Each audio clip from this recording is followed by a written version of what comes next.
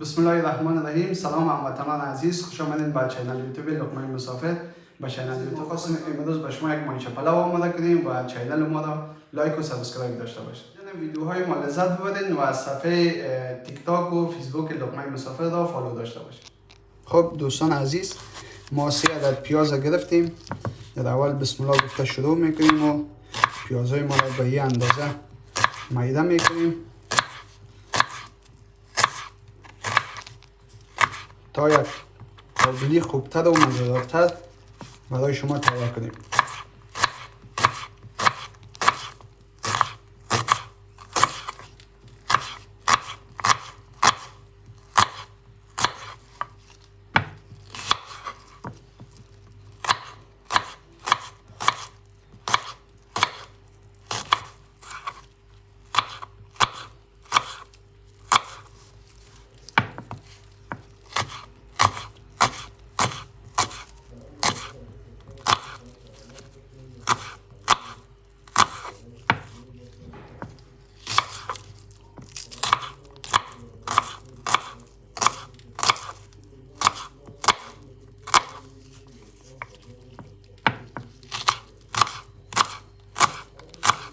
دوستان عزیز، ما پیاز به این اندازه میده کردیم و 3 عدد پیاز است.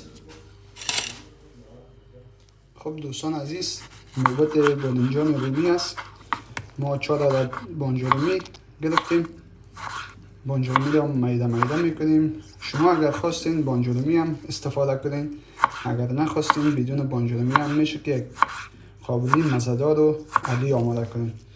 و اگر بانجان رومی استفاده کنین خوبتر و رنگ قابلیتان هم بسیار خوبش میاد. از بانجان رومی هم اگر استفاده کنین بسیار خوب میشه. بانجان رومی هم به این اندازه میده کنین دوستان عزیز.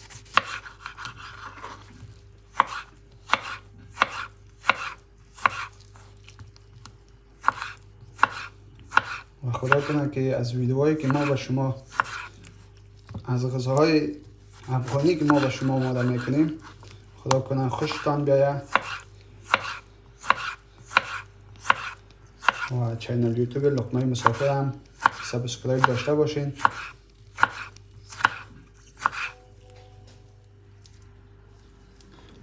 خب دوستان عزیز، حالا نوبت زردک است و ما در جایی که هستیم دوستان عزیز متاسفانه که از ماشین خلال زردک پیدا نمیشه. ما به این شکل زردک میده میکنیم. کسانی که خارج از وطن هستند در این مشکلات هستند و ما هم به این رقم زردک میده میکنیم. کمی زمانگیر است اما خوبتر میاد. دوستان عزیز، 2 عدد زردک است. زردک هم ما میده میکنیم و کسانی که خارج از وطن هستند میتوانند به این شکل زردک خود آماده کنند.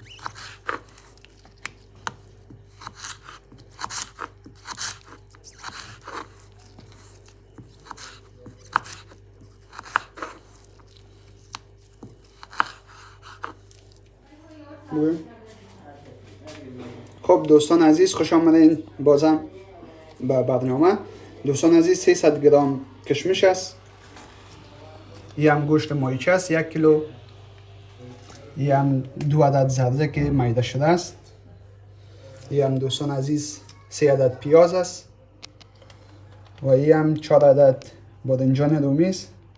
این هم مواد لازمه ماهیچه پلاو است. خب دوستان عزیز، بریم بخیر به طرف برنامه. ما بسم الله گفته دیگه خود شروع کردیم و خواستیم امروز یک ماهیچه پلاو خوش‌طعم و مزه‌دار برای شما آماده کنیم و حالی هم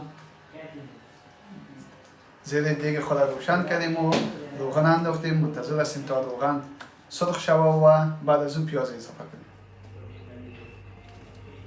خب دوستان عزیز، بسم الله گفته دیگه خود شروع میکنیم و روغن هم اضافه میکنم. دوستان عزیز، 1 کیلو برنج ما میخوایم پخته کنیم و در 1 کیلو برنج 2 ملعقه روغن کفایت میکنه. خب دوستان عزیز، ما پیاز انداختیم و پیاز رو میمونیم تا اندازه کم رنگ خود تغییر بده، مثل گلابی شود بعد از اون گوشت باز اضافه میکنیم. خب دوستان عزیز، ما پیاز را اضافه کردیم. حالا پیاز را میمونیم یک کمی رنگ خود گلابی کنه. بعد از اون باز گوشت اضافه میکنیم. خب دوستان عزیز، ما پیاز را در دیگ انداختیم و حالا منتظر هستیم پیاز یک کمی گلابی شود و بعد از اون گوشت ماهیچه‌ای که ما به خاطر قابلی به نظر گرفتیم این را باز اضافه میکنیم. خب دوستان عزیز، پیاز ما سرخ شده. حالی هم نوبت گوشت ماهیچه است. این را هم اضافه میکنیم تا این هم خوب گوشت ما سرخ شد.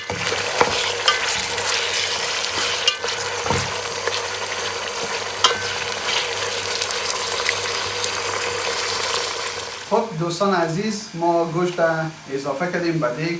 فعلا برای 10 دقیقه ماندیم که تا گوشت کلا نرم کنه و بعد از اون نوبت بانجلومی است که بانجلومی را اضافه میکنیم، بانجلومی را سرخ میکنیم و شما دوستان عزیز میتونید که صفحه لقمه مسافر را سابسکرایب داشته باشین و همچنان صفحه تیک تاک و فیسبوک لقمه مسافر هم فالو داشته باشید.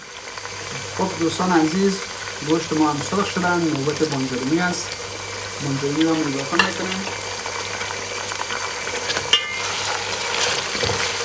دوستان عزیز، کسی شما میبینیم بسیار رنگ خوبه به خود گرفتن و تا آخر این ویدیو با ما باشین و ببینیم که ما با شما یک ماهیچه پلو مزه‌ای براتون آماده میکنیم. خب دوستان عزیز، ما آب روغن دیگه جور کردیم. آب روغن آماده است. حالا نوبت زردک است که زردک علاوه کنیم. زردک سرخ شود تا به شما یک ماهیچه پلو مزه‌دار رو با کیف برای شما براتون. خب دوستان عزیز، زردک هم اضافه کردیم.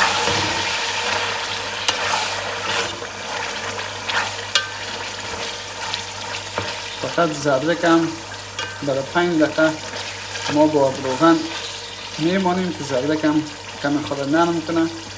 بعد از او بخیر نوبت کشمش است. خب دوستان عزیز، زردک هم پخته شده آماده است.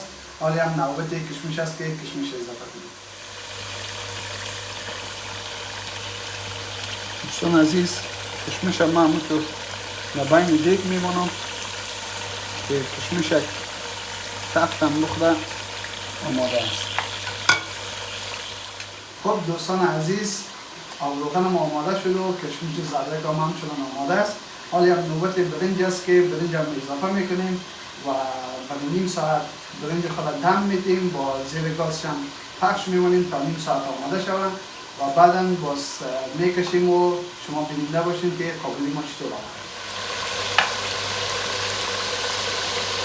خب دوستان عزیز، برنج هم اضافه میکنیم.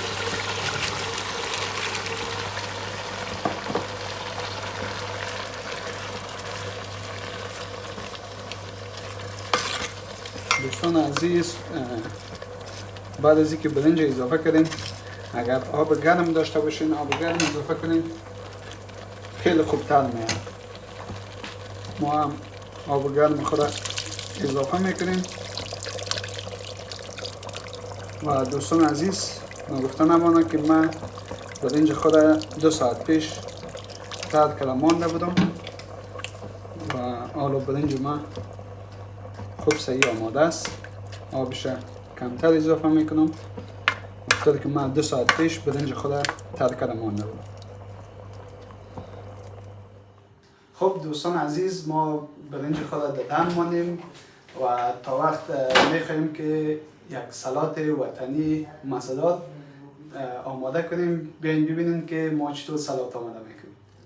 خب دوستان عزیز، این مواد سالاد ما است که 2 دانه بادرنگ است، 1 عدد پیاز است، 2 عدد بانجلومی است، 3 عدد هم لیمو است و 1 مقدار ضرورت هم کاهو.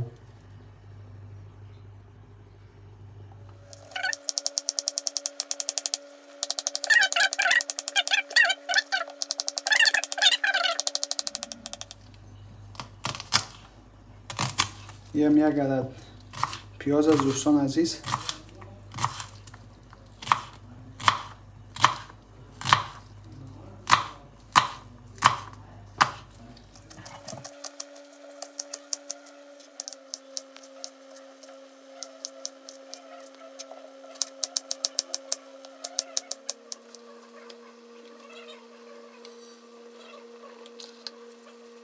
دوستان عزیز، ما برنج به مدت 30 دقیقه به دم ماندیم. برنج ما آماده است. حالا بیاین ببینیم که دیگه خود کردیم که قابلی ما چطور آمده و در اخیر هم شما لایک و سابسکرایب از یادتان نره و حالا بیاین ببینیم که قابلی ما چطور آمده.